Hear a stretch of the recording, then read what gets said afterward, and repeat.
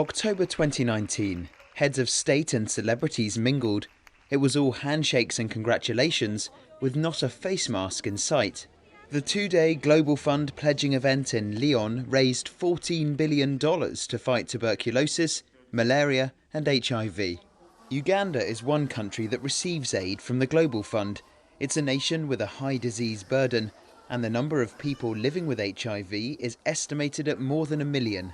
However, support from the fund saw AIDS-related deaths fall by 38% between 2012 and 2017. What does HIV look like? It looks like me. Martha Clara Nakato has HIV. She's an activist with a network in Uganda supporting young people living with the condition. Even from the beginning of the development of the Global Fund, I am proud to say that the Global Fund has saved millions of lives. And without it, I doubt whether people like me, people who come from the poorest countries, the poorest continents, would be alive. The COVID-19 pandemic put a pause on health protection schemes, like providing mosquito nets to the whole country. But malaria kills upwards of 70,000 people in Uganda annually and remains the #1 challenge for the government. When the French president hosted the conference last year, the focus was on TB, malaria and HIV.